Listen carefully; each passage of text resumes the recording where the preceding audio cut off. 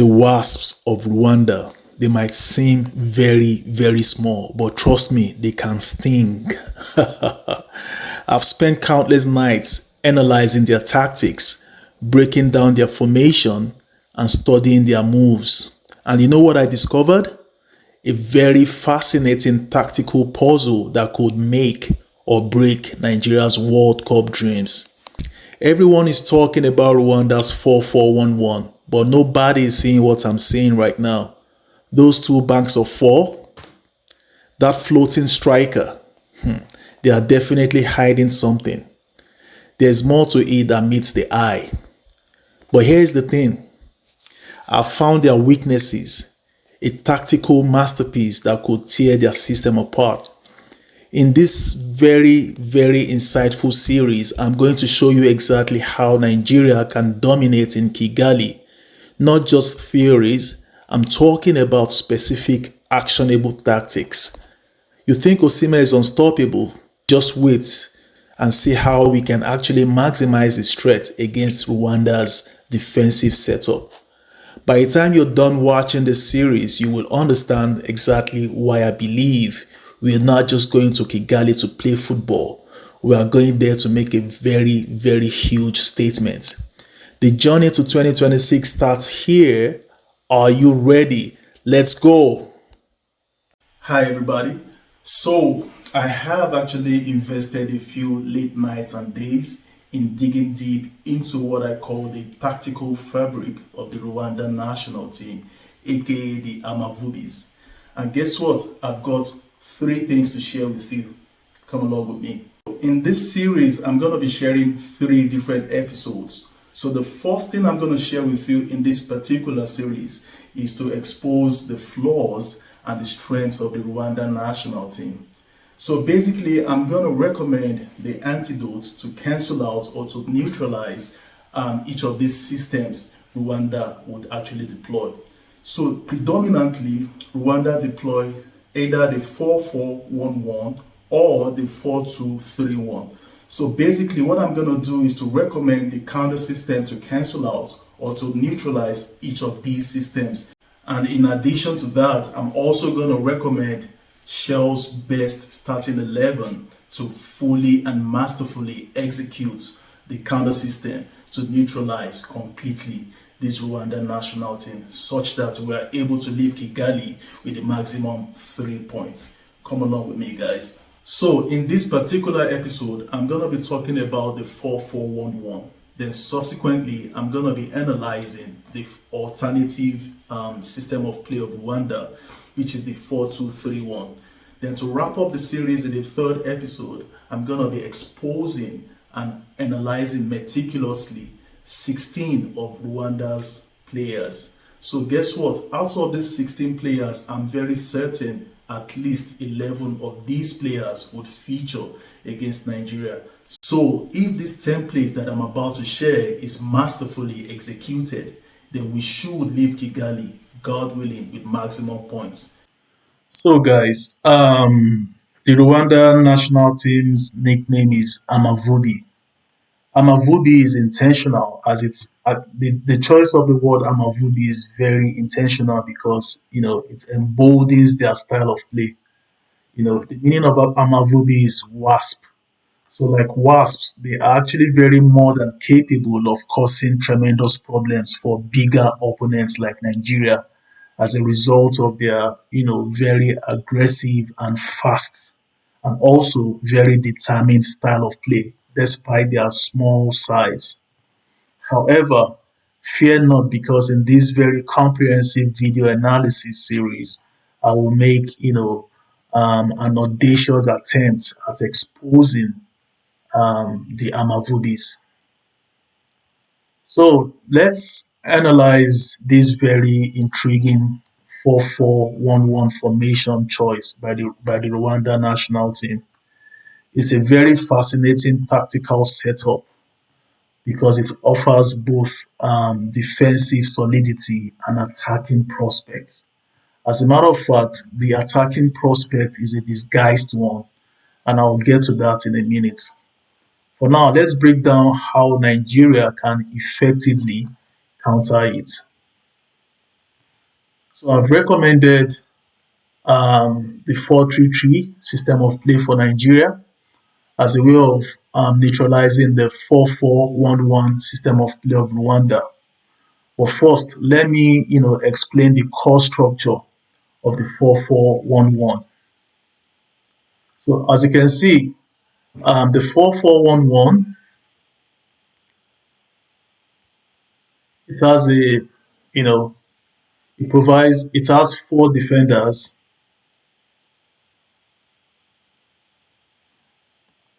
So what these four defenders do actually is to provide solid defensive base. In addition, it has four midfielders right in front of the four defenders. So basically, what the four midfielders do is to provide an additional layer of safety for the back four. So obviously, they have one player in the hole. So the player disguises as a midfielder, but in reality is actually a second striker. And it does usually when a manager deploys this kind of system, 4-4-1-1, that player in the hole, this number 10 player, helps out defensively when their team is under attack, and is also one of the first players, you know, to get into dangerous spaces in the opposition half. So usually a number 10 in a 4-4-1-1 is a very energetic player. No lazy player can execute this assignment with aplomb. So this keep an eye on this number 10 is a very crucial, player to this formation. And of course they have a leading striker. Usually they play Nshuti as the number 9. So guys, let's break down something very fascinating about this Rwanda's approach, regardless of the manager in charge, because they seem to have some sort of a managerial uncertainty or crisis, I should say, at the moment. But regardless of whoever is in charge, the fact is that beyond the manager's philosophy, every footballing country has a base philosophy that is a primary philosophy enshrined in their DNA. So this base philosophy is actually the pedestal any hired manager builds on. For example, the Super Eagles, of Nigeria love wing play. Traditionally, we love to play through the wings. So this wing play could actually be replicated via systems like the 4-4-2 or the 4-3-3. So for Rwanda, they typically love to crowd the midfield. You know why they crowd the midfield? Because it's a way of compensating the lack of players with, individual flair and brilliance. Unlike Nigeria, teams like Senegal or Algeria, where they have players with individual flair and trickery, teams like Rwanda, like Sudan, they usually resort to such resolute formations like the 4-4-1-1. This is a way of compensating for lack of technically gifted players. Teams like this, they do this a lot. So for the Rwanda national team, they love to crowd the midfield.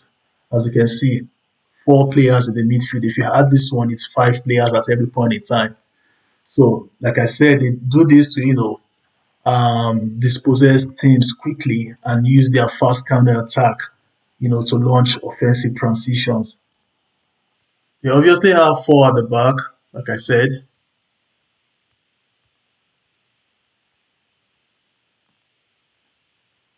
They have this four at the back, and they have this four to provide, an extra layer of defense at the back as well. So you see this four at the back, this back four. What's very intriguing about this formation is that can you just imagine a well choreographed dance? So this is what they do whenever they are under attack by an opposition team. So let's assume Nigeria is attacking them from the right flank, and these players are getting into dangerous areas in the right side of the attack. So the response, you know, this kind of back four in a 4-4-1 is usually like a well choreographed dance step. They actually move together to the position of the ball. So if the ball is around there, you see all four players not too far away from one another while focusing on the ball. And if let's assume the ball moves to the other side and players like Simon are getting into dangerous places. You know, players are getting into dangerous places on the left side. This back four in a 4-4-1-1, like a well choreographed dance step again, they move close to one another towards the left side. So basically, at every point in time, the back four responds to the position of the ball. So that is what usually the back four do in a 4-4-1-1 system. So for the midfielders usually spread across like this. They are well spread out at every point in time in response to where the ball is. But unlike the back four, they are a bit further away from one another with respect to the position of the ball because they try to keep an eye on the attacking opposition and also compensate for the vacuum created by the back four whenever they move close to where the ball is. So let's assume the ball is actually to the left side of the defense. Like I said, the back four usually focus on where the position of the ball is, but the middle four are well spread out. So when this back four moves to the left, for instance, the middle four are well spread out such that they compensate for the gaps created by the movement of the back four. But don't let this fool you. When they attack, it transforms like magic. So suddenly you have this very different shape. So let's assume after the Nigerian team gets into the opposition half, the final third of their half, and they find a way to dispossess the Nigerian team, like in at a very very fast pace. This is what they do. They try to launch attack through the wings, or they launch attack starting with this guy in the hole. Remember this guy that I told you for you to keep an eye on. So this guy is usually their first, target to launching an offensive transition. They use this guy most of the time, or they use their wingers. But most of the time, they use this number 10 in the hole, to launch a counter attack. So here's where it gets very interesting. This second striker, this number 10, floating in space right here, is like a secret weapon. 1 minute is supporting the attack, the next minute is supporting the defense. So if you ask me, it keeps the opposition guessing. It would keep the Nigerian team guessing. They wouldn't know how to actually deal with him because he's a very deceptive midfielder come striker. So when they find a way to dispossess the opponent, let's bring the ball back here. Let's assume this guy over here, Aburenga, finds a way to dispossess Simon. The first thing he does is to play a vertical ball. He plays a vertical ball straight to their number 10. So they usually play Ruboneka or Muhire. Sometimes they play someone in the number 10. So by the time the ball gets to the number 10, Unshuti is running into space already. So that is where they can be very dangerous. So this is where they can actually hurt so many teams, including Nigeria. So what they do by the time they have the number 10 holding on to the ball, he tries to invite players to himself. So naturally, when he gets the ball, players like Onyeka or the double pivot, whoever the pair of double pivots are, would naturally get attracted to him. You understand? So by the time they move towards him over here, they create space for this number nine, and either or both of the wing midfielders are actually moving into space alongside the number nine. So these two players are condemned to make sure they choke this guy to get the ball. They must get the ball from him at every point in time they try to launch a fast counter attack. If they fail to get the ball from him, then it's always a very big problem because the ball either goes wide. So the ball either goes wide to the right, goes straight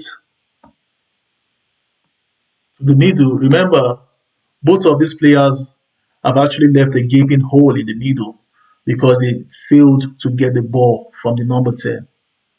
So the ball either goes to the right, the far right, where Olivia or Quizera usually plays, or they go through the middle through Unshuti, or the ball goes left to Mugisha. They never they never play horizontal balls when launching an attack. This way, they never play horizontal balls. They usually deploy vertical balls when launching a fast counter attack. So whenever they launch a counter attack from the back, they usually start with this guy in the middle.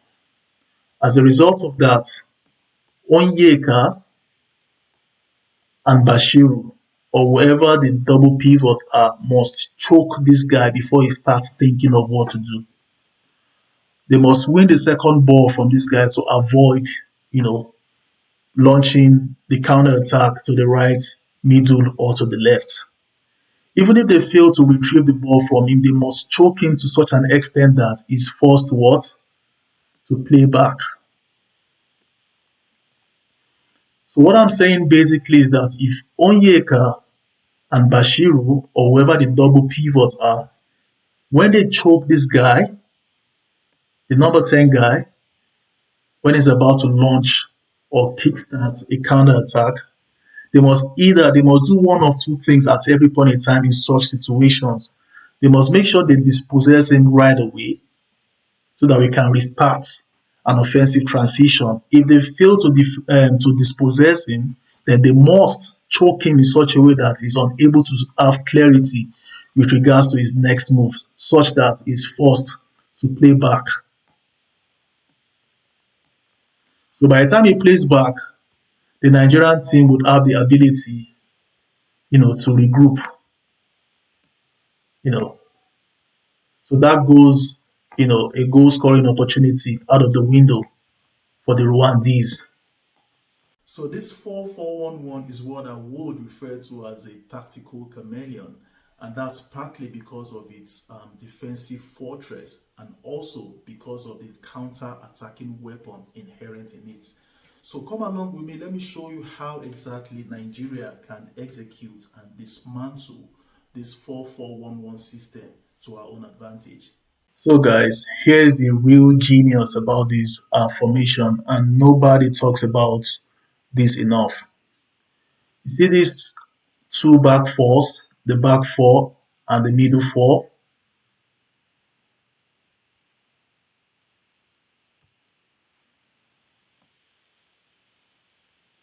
This and this. When they are defending, it's like trying to break through two extremely sturdy walls. Trust me, I've seen lots of teams absolutely lose their minds trying to find gaps, you know, between these two. It's always mostly very impossible, except you have a technically gifted number 10 that is able to take on players one on one and create, chances for his teammates. This is where we actually need a very technically gifted number 10, you know, to find a way to, crack open these two layers of walls. But of course, no system is perfect. And we will try to show you how we can actually get into this very resolute and defending. This is where we can actually hurt them. When you have a number 10 that is full of trickery, usually when a player is trying to take on an opposition, they try to double team. Let's assume Lupon is trying to take on Bizimani, the number 4. Players try to, the central midfielder tries to double team to find a way, to dispossess this player. So when he double teams, he actually creates a gap here. So this gap here is what players like Osimhen would have to fill in as soon as possible, just while hoping the number 10 here finds a way, you know, to get a true pass to him. So basically, when you have a 4-4-1-1 system, you need a technically gifted player that can actually complete 9 or 8 dribbles out of 10. Otherwise, we will be frustrated to and reduced to playing long balls from the back or retreating to the back and restarting offensive transitions. So this is where the gap actually is. Number 10 must make sure, to complete his dribbles, find a way to beat his man, and, find a true pass to his teammates in space. Because this double back four would, frustrate Nigeria if you don't have a number 10 that is able to take on players, complete his dribbles, and launch, and deliver a very good final pass. So next, I will show you the vulnerability of this 4-4-1-1 system. The vulnerability here is that they can become too rigid and predictable because it's a one-way approach. That is, the 4-4-1-1 is usually a one-way approach. What I mean is that obviously they cluster the midfield with 4 midfielders. They try to dispossess, the opponent. And once they do that, they launch counter attacks to the second striker, this guy in the number 10. So basically, that's the whole wisdom behind the 4-4-1-1. They try to dispossess, they try to crowd the midfield with the hope of dispossessing the opponents as quickly as possible, launch vertical balls to the number 10. The number 10 in turn launch vertical balls.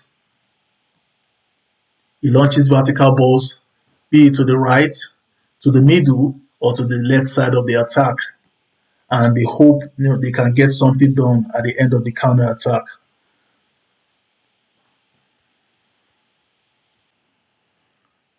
So the second vulnerability I'd like to highlight in this Rwanda's 4-4-1-1 system is that they risk giving away large gaps between the lines.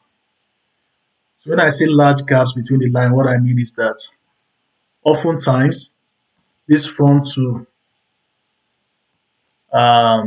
they could actually be isolated because this tactic usually depends on long balls. You know, this tactics usually depends so much on long balls. Once they get the ball, like I said, they try to give it to the number 10. The number 10 in turn spreads it wide to the right, to the left, or to the middle. So this 4-4-1-1 tactic is actually one that is very dependent on long ball counter attack. However, this is the vulnerability. Like I said earlier, once the number 10 gets the ball, he has to be double teamed by the 2 players. Or before he gets the ball at all, the wingers, Chukwueze and Simon, or whoever the wingers are, they must play high block to such extent that they dispossess this whoever is with the ball in this middle four as soon as possible. So that these 2 players here, the number 10, the second striker and the main striker are isolated to such level that they get bored. So there are two ways to actually quell the counter attack. Let me just um, do a quick recap for clarity's sake. Whenever Nigeria gets dispossessed in their half, they try to launch the ball to the number 10. The number 10 goes wide, middle, or left, right? So there are two ways to actually stop that from happening. Our wingers must be very industrious on the pitch such that once they lose the ball, they must try as much as possible to be inverted in play such that these two players are isolated because Nigeria's, players, the forward lines, the 11, the 10, the 9, and number 7, choke this 4 in the middle and prevent them from releasing the ball to this number 10 and the number 9. If they fail to do that, the plan B is that this double pivot, this double pivot must choke this number 10 and do not allow him to think about how he goes about his next move. So those are the two ways to quell or to extinguish any potential counterattack. So, having fully analyzed the vulnerabilities and strengths in Rwanda's 4-4-1-1, it's time to reveal the antidote to neutralize the system, and that's the 4-3-3. Stick around and see exactly what I'm talking about in this very insightful analysis. So, given our very precarious situation on the log, we are condemned. I can't emphasize this enough. We are condemned to scoring goals and winning games just to move up the log, without being overly exposed at the back. So this can be achieved by a well executed 4-3-3.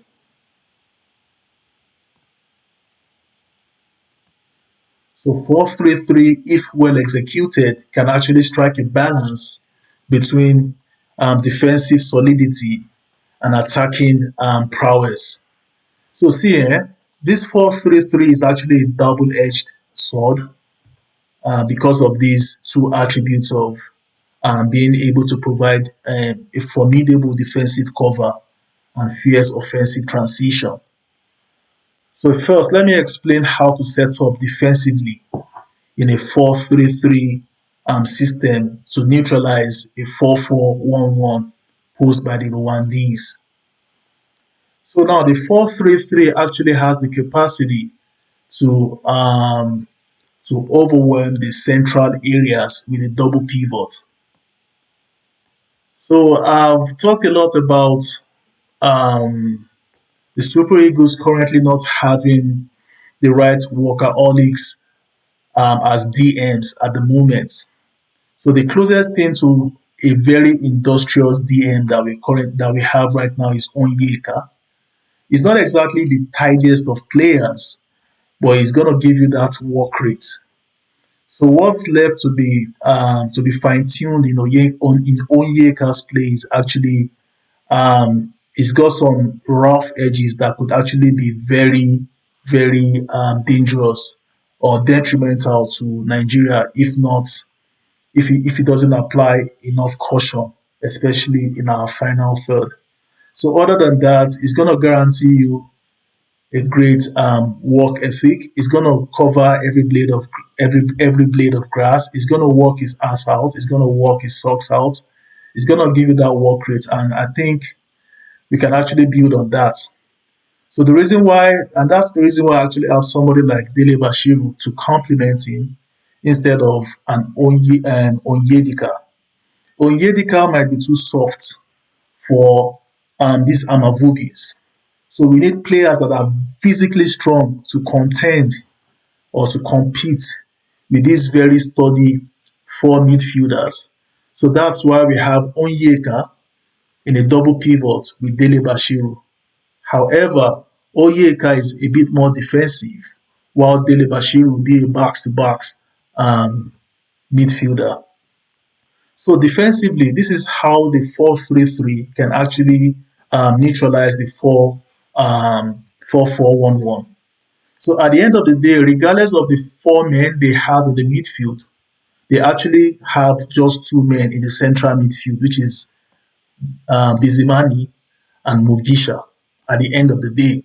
Because most of the time, these players will be forced to like launch, offensive transition at every point in time they get the ball. This number 10 too, when they get the ball, would love to like get into dangerous spaces, in Nigeria's final third, same as the number 9. So when this happen, at the end of the day, they are left with just two men, two central midfielders, and this is where we have, you know, numerical superiority over them. That is what the 4-3-3 gives. So at the end of the day, it's going to be 3 versus 1 in the central midfield. And your guess is as good as mine.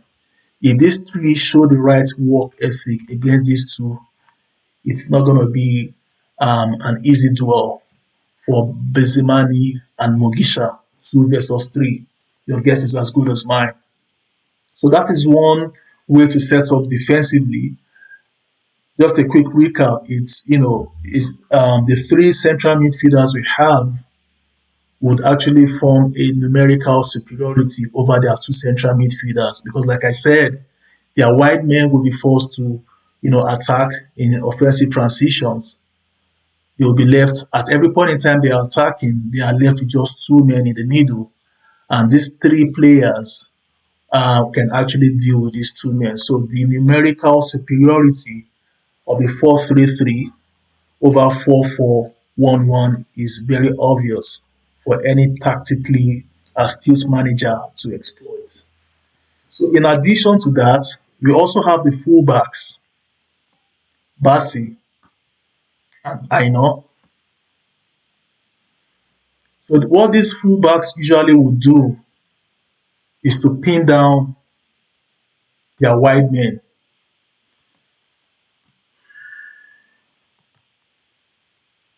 These fullbacks,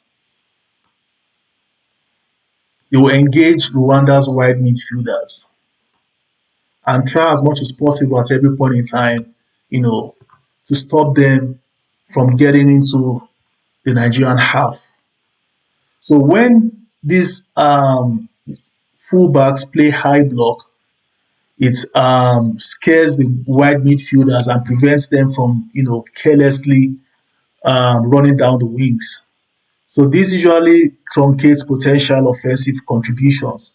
So at every point in time when they're trying to make offensive transitions or offensive counterattacks, these wide men will try as much as possible to keep an eye and engage.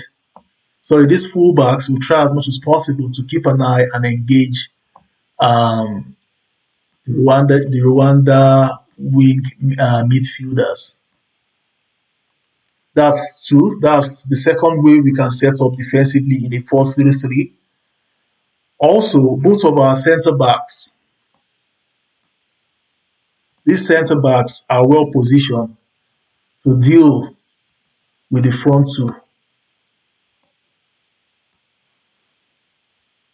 Remember, these wing backs or full backs, as the case may be, are engaging um, these wide midfielders from Rwanda. The 2 centre backs are keeping an eye on the front two. And this number 10 here, is usually isolated because he's not getting the ball. So most of the time he tries to retreat to see if he can get a piece of the pie and try to launch a new offensive threat. But usually, if these wing backs, if they do their jobs correctly and assiduously, engaging the wing midfielders, and these 3 central midfielders also do their job by, exploiting the numerical advantage over these 2 central midfielders. Oftentimes than not, this number 10 is isolated. And once he's isolated, the Rwandan national team will struggle to create chances. So these are the ways you can actually set up defensively to frustrate the Rwandese as much as possible so that they do not have ways to hurt Nigeria offensively. I mean, through their offensive transitions. Of the central midfielders.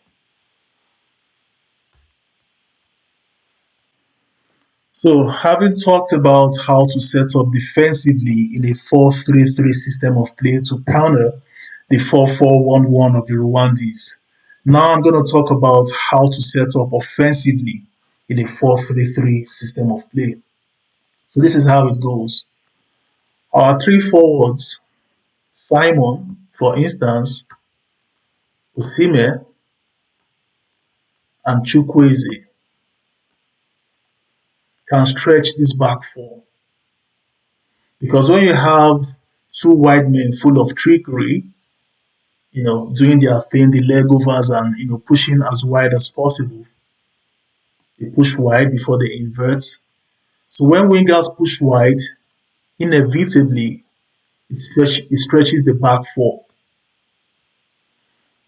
Remember when I told you about the back four playing in a well choreographed way, focusing on wherever the ball is. Remember I told you the Rwandan back four usually focus on the ball.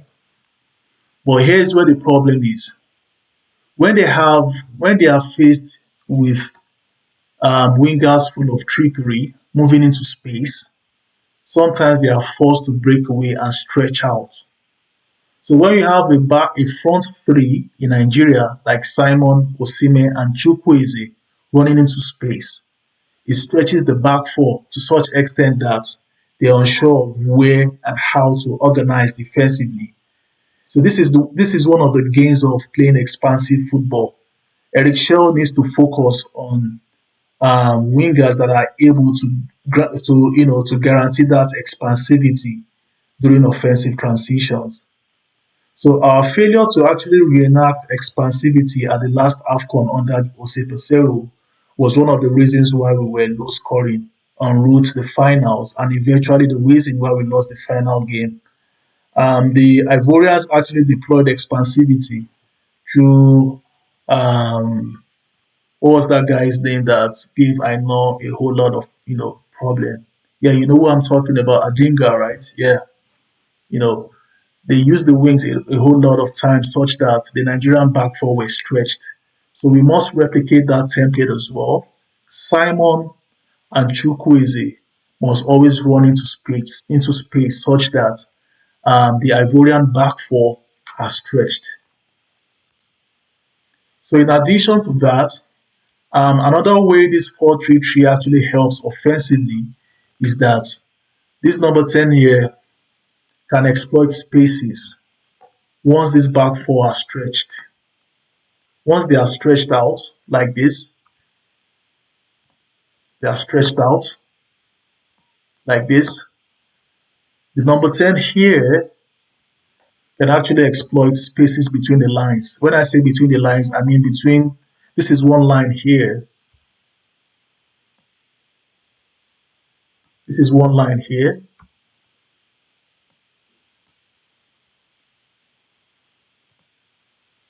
This is another line. So the moment our wingers are able to play expansive football such that this back four are stretched to their limits, the number 10 would have a bit of space between these two lines. So when there's a loophole to exploit between the lines, this loophole can actually help in creating goal scoring chances. That is why you just don't need anybody as the number 10. You need a player with high in-game intelligence to be able to know when, who, and where to release the ball at every point in time. Iwobi actually has that attribute as well. But for a sturdy back four, you need a player that goes beyond knowing how to give the final ball. You also need a player that is full of trickery that can actually beat his players, his opponents, get past opponents, complete dribbles as much as possible. So that is where a player like Lukman has an edge over Iwobi. Iwobi is not exactly a good ball dribbler, but he's a good final passer of balls. But he's not exactly that player that will take on defenses. We've never used Lukman in this position before, but I'm very confident he has the ability to beat players because of his, agility and fleet-footedness. So this advanced player in Lukman can actually exploit spaces between the lines and find that final pass that would break open the already stretched. It's actually very stretched already, so you would have that in-game intelligence to find that final pass. You know, either to Osimhen or go wide, go wide. So you need that number 10 that has the capacity for in-game intelligence to dictate play in the final third. So the third way we can actually deploy this 4-3-3 to our benefit offensively is to allow the fullbacks to provide width when going forward.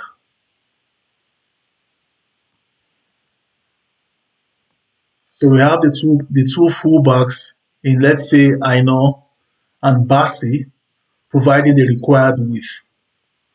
So this gives us the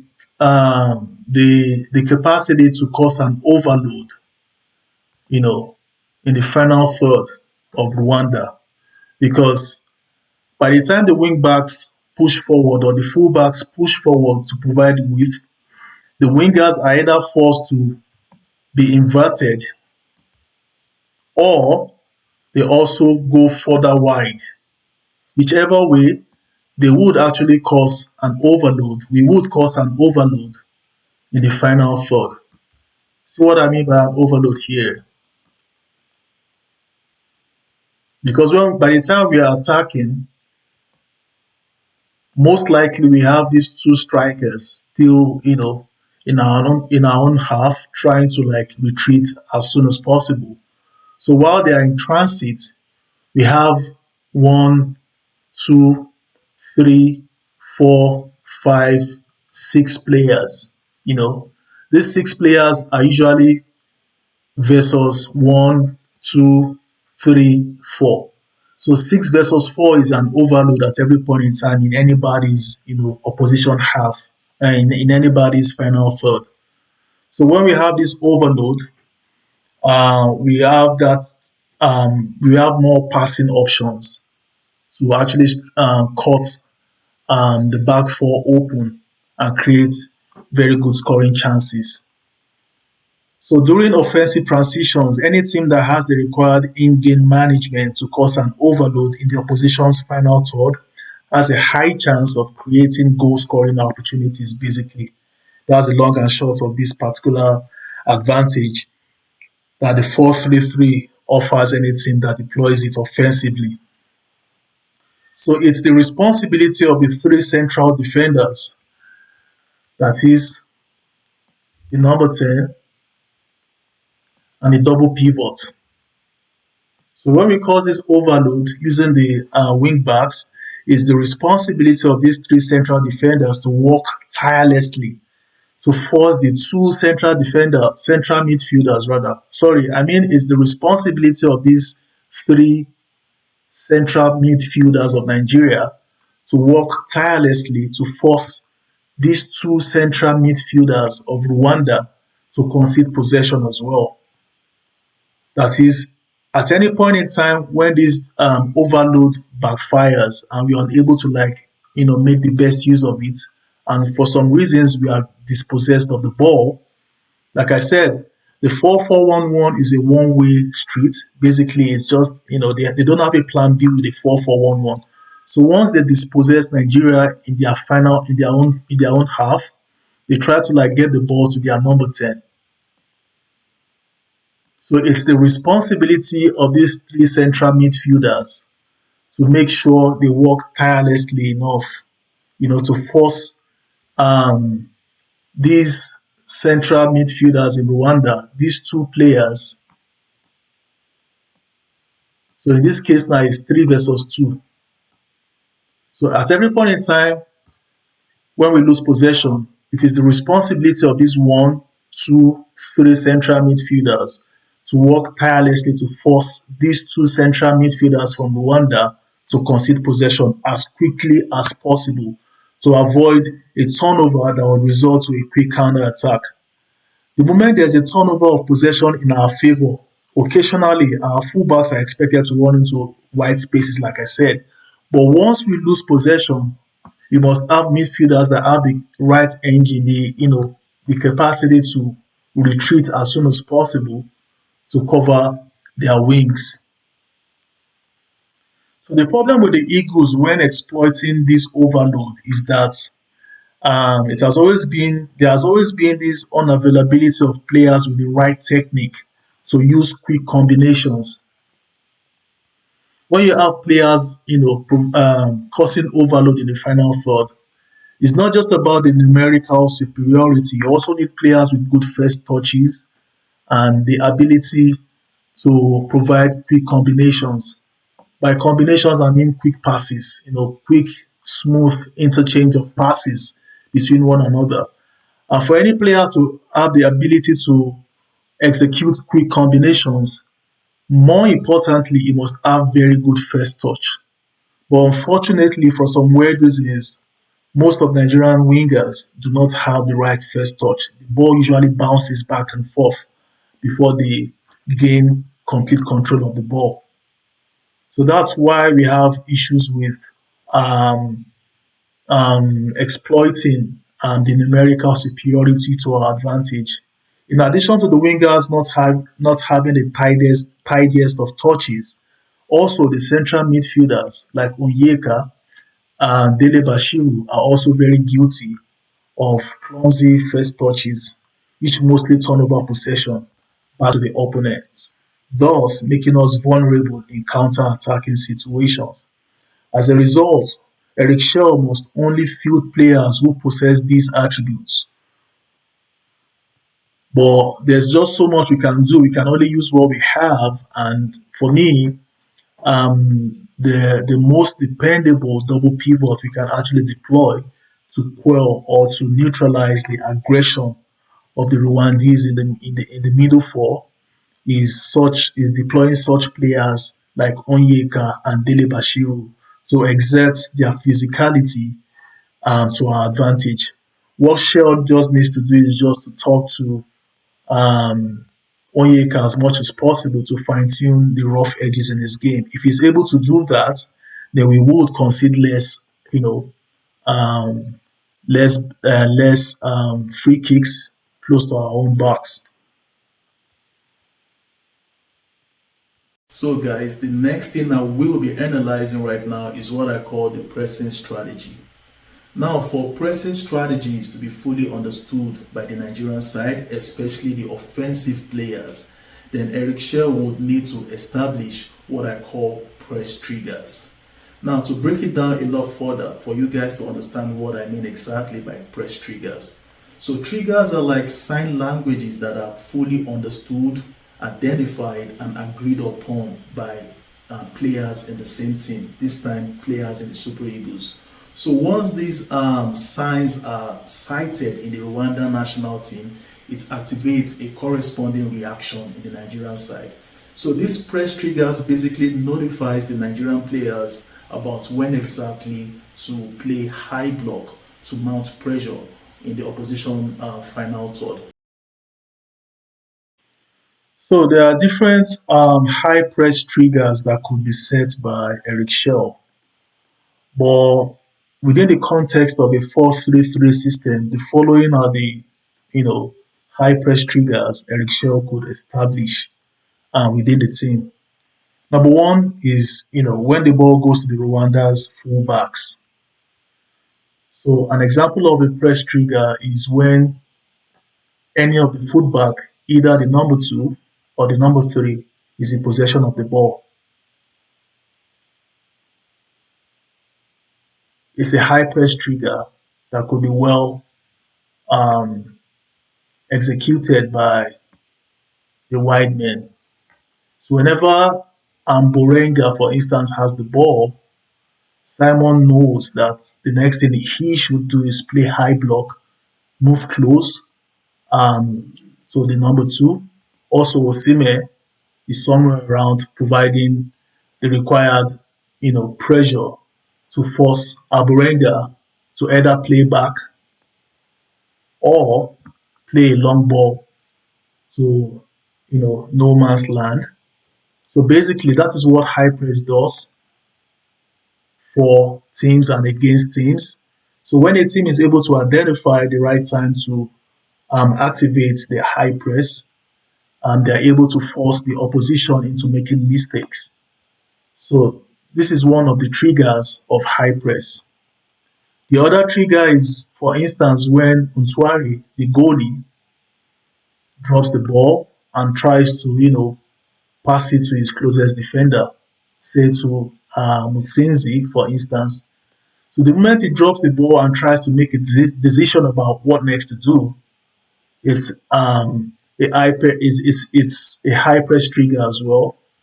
And Osime would need to move close to Untwari. He Triggers does that basically actually. Osime is actually he does that a whole lot of times. So that's a high press trigger for somebody like Osime. While Osime is closing down Untwari, Chukwueze is also closing down and engaging the number three. Simon is also closing down and engaging Burenga. So Untwari is forced to either find a way to dribble Osime, get past Osime before releasing the ball, or he just finds a way to just shoot the ball anywhere. So these are ways to actually stop free flow of football from Rwanda. Another high press trigger is as soon as the most defensive midfielder gets on the ball. The most defensive midfielder, that is the deepest lying midfielder for Rwanda, is Bizimani.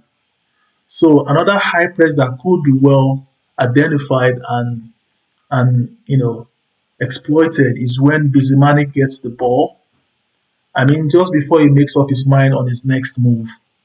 So you have players like Ademola Lookman moving close, Simon moving inwardly, and Chukwueze moving inwardly as well. So Bizimani is kind of stranded and is unsure of his next pass just so he doesn't backfire. So these are some of the ways we can actually set high presses to make sure we truncate the flow of the ball by Rwanda. So these are very crucial points in the game that Nigeria's offensive players must be able to identify as triggers for high press. If this is well executed aggressively and relentlessly, the Rwandan backline will be unsettled and hence vulnerable to committing blunders.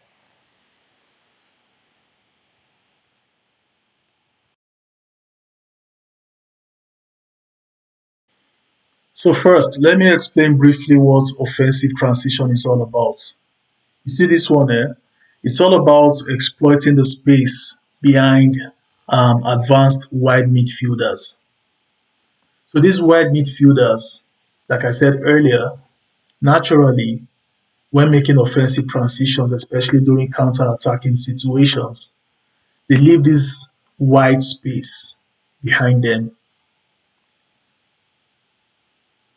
So it creates, an empty space behind them. These empty spaces can actually serve as a gold mine of sorts for quick counter attack once they lose possession of the ball.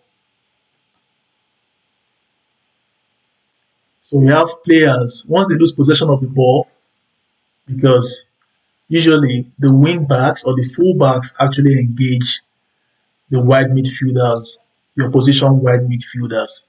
So once they lose possession of the ball, players like Simon and Chukwueze or whoever the wide midfielders Nigerians deploy on the day are, they exploit those wide spaces. So when this happens, obviously, because they had already lost possession of the ball, they are retreating, or they are also retreating as well.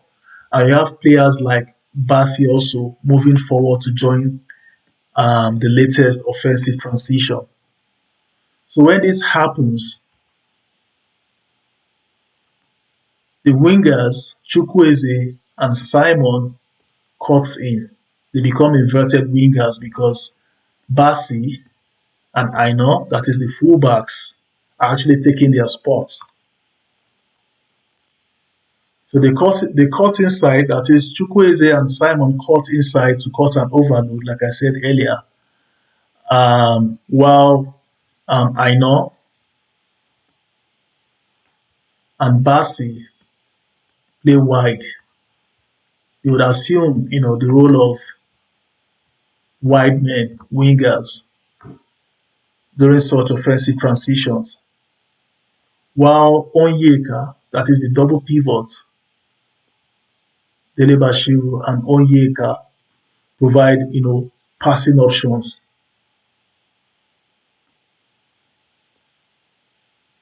They provide passing options just in case the likes of Simon and Chukwueze are stranded in the final third and looking for a way to make sure they sustain possession.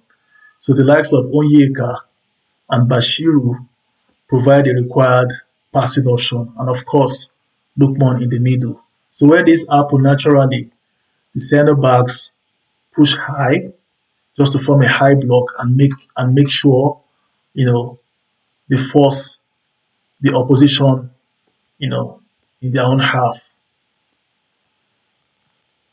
So usually when this happens, when the wide men, I mean the wing backs, Basi and Aino, when they attack, so it's usually they cause a two versus one situation on either flank. So you have Aino and Chukwueze double teaming against their left fullback, and Basi and Simon double teaming against their right fullback. So usually when you have situations like this, the team with the numerical superiority gets the best of the situation and finds a way to spread the ball centrally to central areas where players like Lukman and Osime can make use of it. So basically, what I'm saying here is that whenever we have a turnover of possession, we must make our numerical superiority in both flanks. We must make sure this numerical superiority counts. If it doesn't count, then it usually backfires because once they regain possession, they try to float a long ball to their number 10 that is waiting to cause damage, or they float a long ball to their wingers who would actually be trying to make use of this empty space, make use of the empty spaces before both of our wing backs retreat. So we must make sure we exploit and exploit the two versus one situations to our advantage. And if we don't do that, then we must make sure the wing backs retreat quickly to cover up the vacuum created because of the offensive transitions.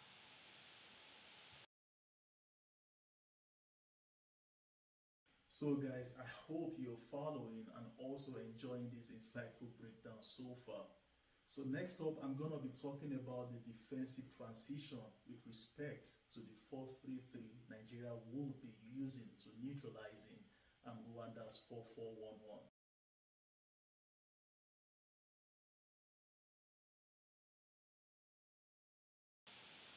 So, this is how the 4-3-3 can be of immense benefit to us during defensive transitions.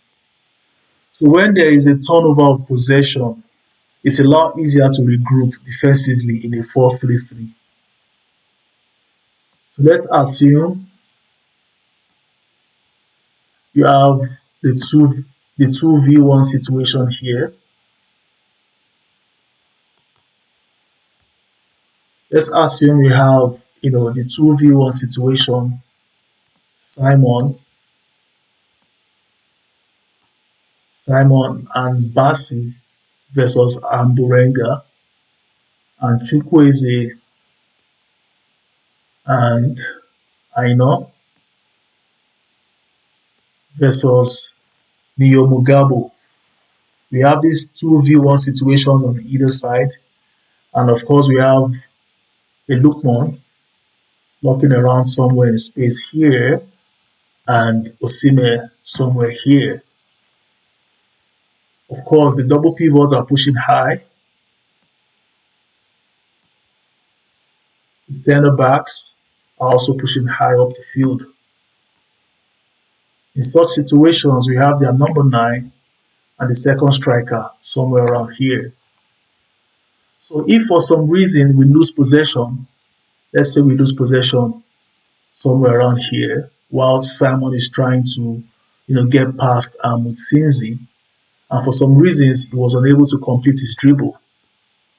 So once he's been dispossessed of the ball, what 4-3-3 does to defensively is that a player like Bassi is already retreating quickly.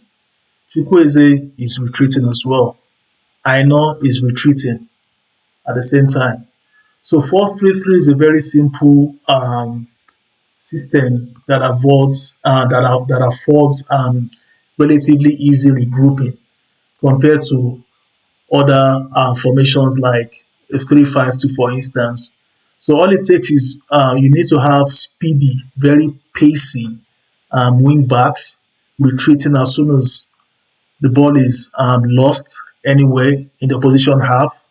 They go back to their spots and try to regroup as quickly as possible so that we do not have empty vacuum the opposition can exploit.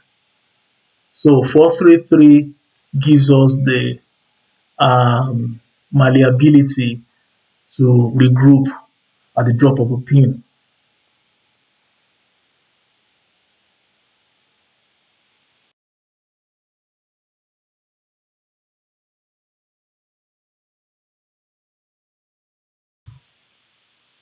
So the potential counter-attack could be quickly quelled if Eric Shell deploys a very energetic and pacey defensive midfielder with the required mileage to quickly close down Rwanda's second striker whenever we lose possession.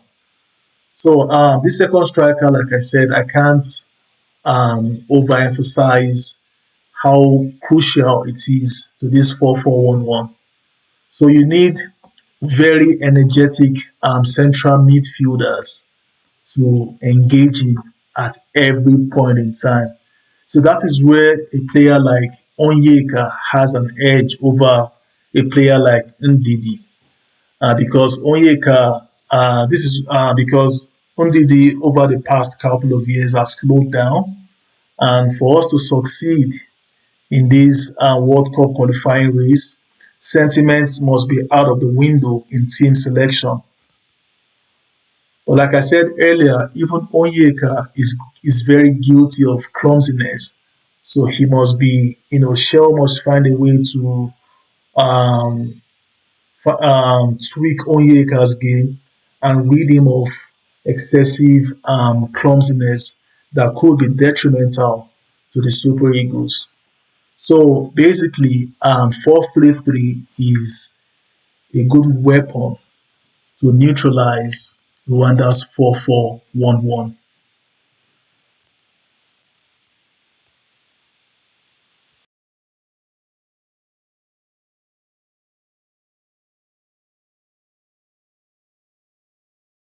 So, guys, this wraps up the first episode of the series.